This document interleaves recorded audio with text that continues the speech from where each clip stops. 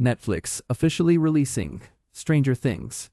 Prequel highlights the biggest problem of the series finale. Stranger Things Season 5 leaves major elements of villain Henry Creel's, Jamie Campbell Bower, past underexplored, but the whole point of the first shadow is how Henry became Vecna, and the play provides detailed lore and backstory for the character. When the play debuted in 2023, its exclusivity to the UK and the US created a clear divide. Out-of-context clips and spoilers circulated online, so fans without access were able to familiarize themselves with the story, and many expected the series finale to meaningfully incorporate its details. Instead, Season 5 omitted, and, in some cases, contradicted key elements established on stage. Most notably, the play confirms that Henry attended high school with Joyce, Winona Ryder, Hopper, David Harbour, and the other adult characters. This shared history carries significant narrative weight, yet the series never explicitly explores it. In one of Max, Sadie Sink memory sequences,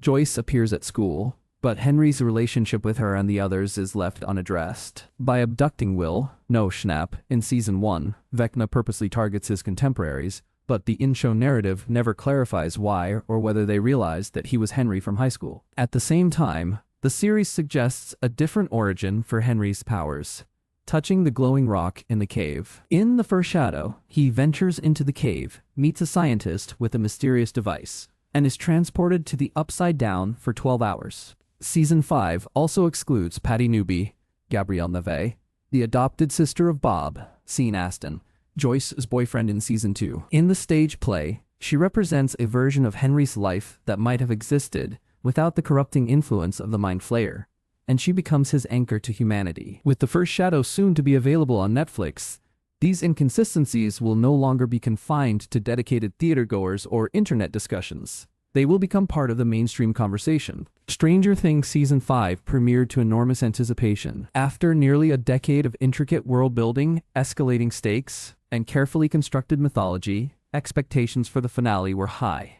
Many of the fans who were most active on social media had grown up alongside the series, so the characters' endings felt personal. As a result, the reaction to Volume 2, and the finale in particular, was negative. While some viewers praised the scale and ambition of the final chapter, many were left underwhelmed by unresolved threads, uneven pacing, and character contradictions. For a show that had built a reputation on narrative precision and in-world design, the ending felt surprisingly disjointed. Almost immediately after the series finale aired, viral fan theories, such as Conformity Gate, gained traction. Rather than simply acknowledging that the Duffer brothers faltered under the enormous pressure, the theory suggested that the ending depicts a fabricated reality, and the real final episode was yet to be released. Leaving Henry Creel's origin and motivations until the end of the season, and then contradicting the canonical stage play, became central to viewers' frustration. Now, Netflix's decision to release a filmed version of the play risks intensifying fans' scrutiny,